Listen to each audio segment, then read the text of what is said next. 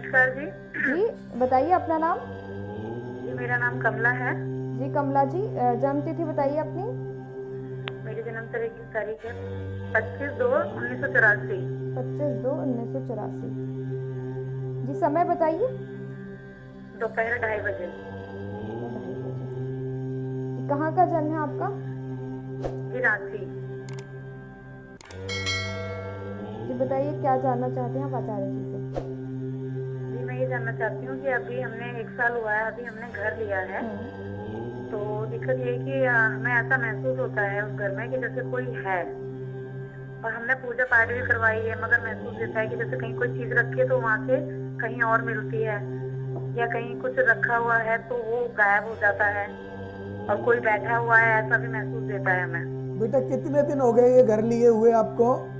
1 साल हुआ है पंडित जी। 1 साल हुआ है। ये जो घटना आपके साथ घट रही है कितने समय से घट रही है या उसी 1 साल से ही घट रही है? नहीं नहीं, कुछ समय तो हमारा कामकाज और सब कुछ ठीक चल रहा था, मगर अब 5-6 महीने से ऐसा लगता है कि जैसे कि मतलब मैं भी ज्यादा बीमार रहती हूँ और कामकाज भी बिल्कुल ठप हो गया, दिक्कत परेशानी और जी ज्यादा ही आ रही है बिल्कुल बच्चों बेटा, को देखिए लेके। अगर अब मैं आपकी कुंडली के माध्यम से देखता हूँ तो कुंडली के माध्यम में ऐसा कोई दोष नहीं है जो आपको परेशान कर सकता है। अब जो ये आपने घर खरीदा है, घर आपने नया लिया है या खुद ने बनाया है, तो ये इस बना बनाया लिया था। बना बनाया लिया था ना बेटा, तो इस हाँ घर जी। में दोष है पहली बात। और घर के दोष की आपने पूजा कराई तो सिर्फ आपने पूजा क्या कराई थी, एक हवन कराया होगा, और हाँ हवन जी। कराने के बाद आपने गृह प्रवेश कर लिया। हाँ जी। तो आपने ये नहीं सोचा कि जब किसी ने इस घर को बेचा है आपके लिए तो कोई समस्या हो गई, या तो तब बेचा है, या उसको वो प्रॉपर्टी डीलर हो सकता है तो वो तो बेचेगा ही बेचेगा। सुन पा रहे हो ना?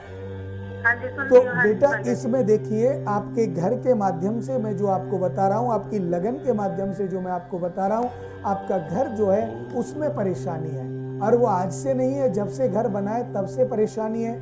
जो बंदे उसमें पहले रहते थे वो भी परेशान होकर के गए हैं, और अब आप आ गए। आपने उसमें कोई पूजा पाठ नहीं कराई, सिर्फ आपने एक हवन कराया है।